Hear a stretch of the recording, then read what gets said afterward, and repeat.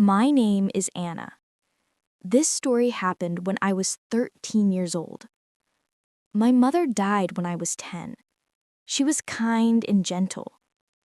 Every night she brushed my hair and sang a soft song. I loved her very much. After she died, our house became quiet. My father and I missed her every day. He worked long hours as a bus driver, so I spent many afternoons alone. Still, every night he kissed my forehead and said, "Good night, my little star." Those words made me feel safe. Everything changed when my father met a woman named Clara. At first, Clara was friendly. She had red hair, bright lipstick, and strong perfume. She brought me small gifts and asked me questions. My father laughed again. He looked happy for the first time in years. 3 months later, they got married. I tried to like her, but soon I learned her true face. When my father was home, Clara acted sweet. When he left for work, her voice changed. Her smile disappeared. One morning she said, "Clean the kitchen." I told her I had homework. She shouted, "Do what I said." Every day she gave me chores. Wash the dishes, sweep the floor, polish her shoes, clean the windows again and again. When I finished, she always said, "You missed a spot. Do it again." One day, I tried to read a book. She took it from my hands and said, "No reading, work." My heart grew smaller every day. One rainy afternoon, my father worked late. Clara sat on the sofa, painting her nails. She said, "Make me tea." When I carried the cup to her, my hand shook. A little tea dropped on the floor. She stood up and shouted, "You stupid girl." Then she pushed me. I fell and hit my arm on the table. Tears filled my eyes. She took my phone and put it in her pocket. "If you tell your father," she whispered, "you will regret it." I was afraid. Before Clara came, my room was full of drawings, soft toys, and photos of my mother. It was the only place I felt safe. One morning, she walked in without knocking. She said, "These toys make the house look messy. Throw them away."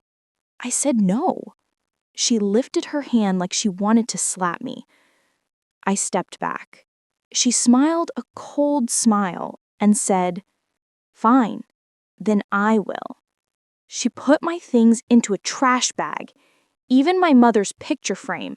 My heart broke. At school, my teacher, Mrs. Evans, looked at me and asked, "Anna, are you okay?"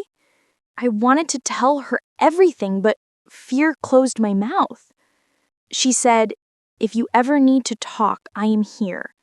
Her words felt like a small light in a dark room. Everything changed on a Sunday morning. My father left to help a friend fix a car. I cleaned dishes while Clara made breakfast only for herself. When I finished washing, she looked at a plate and said, "It is still dirty." I whispered, "It is clean." Her face turned red. "What did you say?" she shouted. She grabbed my arm hard. Her nails cut into my skin. She pulled me toward the sink. "You will wash it again. You will do it until it is perfect." At that moment, the front door opened. My father came home early. He saw Clara's hand on my arm. He saw the fear on my face. He saw the red marks on my skin. "What is happening here?" he shouted. Clara quickly let go of me. "She attacked me. She is lying." But my father was not blind, not anymore. He held me close and said, "Anna, tell me everything." And this time, I spoke. I told him about the chores, the shouting, the pushing, the fear, my toys in the trash, and my phone being taken away. Clara screamed, "She hates me. She lies." But my father looked at me and believed me. Tears came to his eyes. He said, "I'm so sorry, my little star." Then he turned to Clara and said, "You must leave this house now." Clara packed her bags and left. She never came back. The house became quiet again, but this time it was peaceful. My father took my things out of the trash bag. He bought a new frame for my mother's photo. He made my favorite soup for dinner. At the table, he held my hand and said, "I should have seen it sooner. I promise I will protect you, always." And for the first time in a long time, I felt safe again. From this time of my life, I learned something important. When you feel hurt, you must speak. Even a small voice can tell the truth. Thank you for spending time with this story. If you want more English stories like this, please like the video, share it, and subscribe to Story Reading in English channel. Your support means a lot. With every story, our English gets better and our hearts get stronger.